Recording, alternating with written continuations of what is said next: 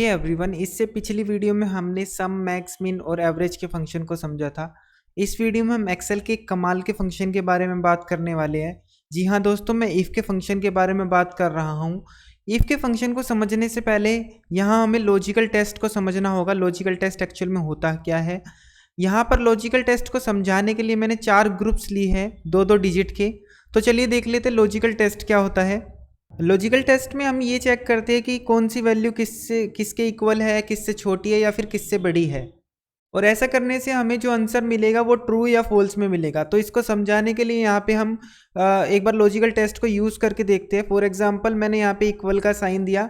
मैंने बोला ये वाली वैल्यू जो है 45 इक्वल है 45 के। तो ये वैल्यू बिल्कुल सही है। 45 एक्चुअल में 45 के इक्वल होता है, तो यहाँ पे हमें आंसर जो है ट्रू में मिलेगा। इसी तरीके से मैंने इक्वल का साइन दिया। मैंने बोला 98 है, ग्रेटर देन है। 98 बड़ा होता है किससे? 88 से। मैंने ये आंसर चेक किया, लॉजिकल टेस्ट चेक किया। एंटर में जैसे ही प्रेस करूंगा, जी हाँ बिल्कुल ये भी सही है।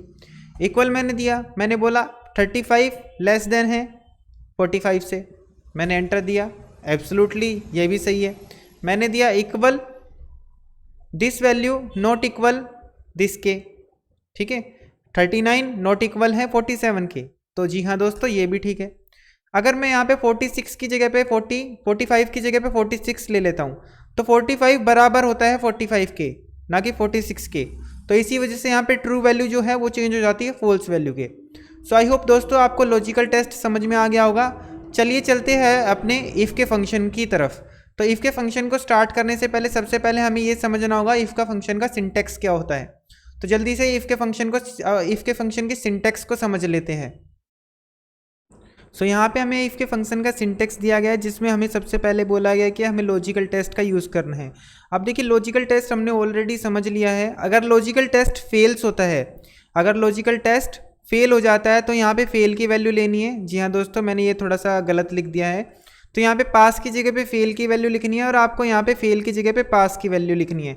अगर लॉजिकल टेस्ट ट्रू आता है, अगर ये ट्रू निकलता है, तो ट्रू की जगह पे आपको क्या लेना है, ये वाली वैल्यू निकल जाए कि अगर 45 इक्वल हो 45 के, तो यहाँ पे हम कुछ भी वैल्यू लिख सकते हैं। और इसी तरीके से अगर हमारी लॉजिकल टेस्ट फेल हो जाती है, तो यहाँ पे आपकी फेल वैल्यू आ जाएगी। तो चलिए दोस्तों इसको एक बार एक्सेल की स्प्रेडशीट में करके देख लेते हैं। सो यहाँ पे मैं एक कंडीशन लगाना चाहता हूँ। कंडीशन ये है कि अगर किसी भी बच्चे के यहाँ पे जो टोटल मार्क्स है वो अगर ग्रेटर देन है 250 से, 250 से बड़े मार्क्स जो है, अगर 250 से ज़्यादा किसी भी बच्चे के मार्क्स है तो वो बच्चा पास हो जाए, अदरवाइज वो बच्चा फेल हो जाए। तो चलिए देख लेते हैं दोस्तों इस फंक्शन को किस तरीके से अप्लाई करेंगे। तो सबसे पहले हमें यहाँ इक्वल का साइन लगाना है। हम यहाँ पे इफ़ की कंडीशन देंगे। इफ़ की कंडीशन देने के बाद यहाँ पे हम लॉजिकल टेस्ट का यूज़ करेंगे। लॉजिकल टेस्ट में हमें लेना है अगर ये वाली वैल्यू ग्रेटर देन है 250 के, तो हमने ये लगा दिया। उसके बाद अगर ये एक्चुअल में सही होता है, अगर ये सही है, अगर ये ट्रू है, तो क्या निकल के आ जाए, बच्चा पास हो जाए। डबल कोट में जी हाँ दोस्तों हम देंगे, क्योंकि देखिए जब भी हमें कुछ लेटर वगैरह लिखना होता है तो वो हम डबल कोट में लिखते हैं। अगर आपको यहाँ पे नंबर लिखना हो तो आप ये कोटेशन मार्क्स जो है वो हटा दोगे, डबल कोट आप हटा दोगे। अगर बच्चे के नंबर जो है 250 से कम है या 250 है, तो बच्चा क्या माना जाए, फेल माना जाए।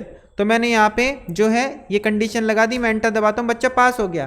क्यों पास हो गया? क्योंकि 323 जो है 250 से ज़्यादा है। अगर मैं यहाँ 250 ले लेता हूँ तो बच्चा यहाँ पे फेल माना जाएगा, क्योंकि 250 ग्रेटर देन नहीं है 250 से। अगर मैं यहाँ पे 240 ले लेता हूँ तो भी बच्चा फेल माना जाएगा, लेकिन मैं 251 ले लेता हूँ तो यहाँ पे बच्चा पास हो जाएगा। सो आई होप दोस्तों आपको ये चीज़ समझ में आ गई होगी। मैं क्या आपको समझाने की कोशिश कर रहा हूँ।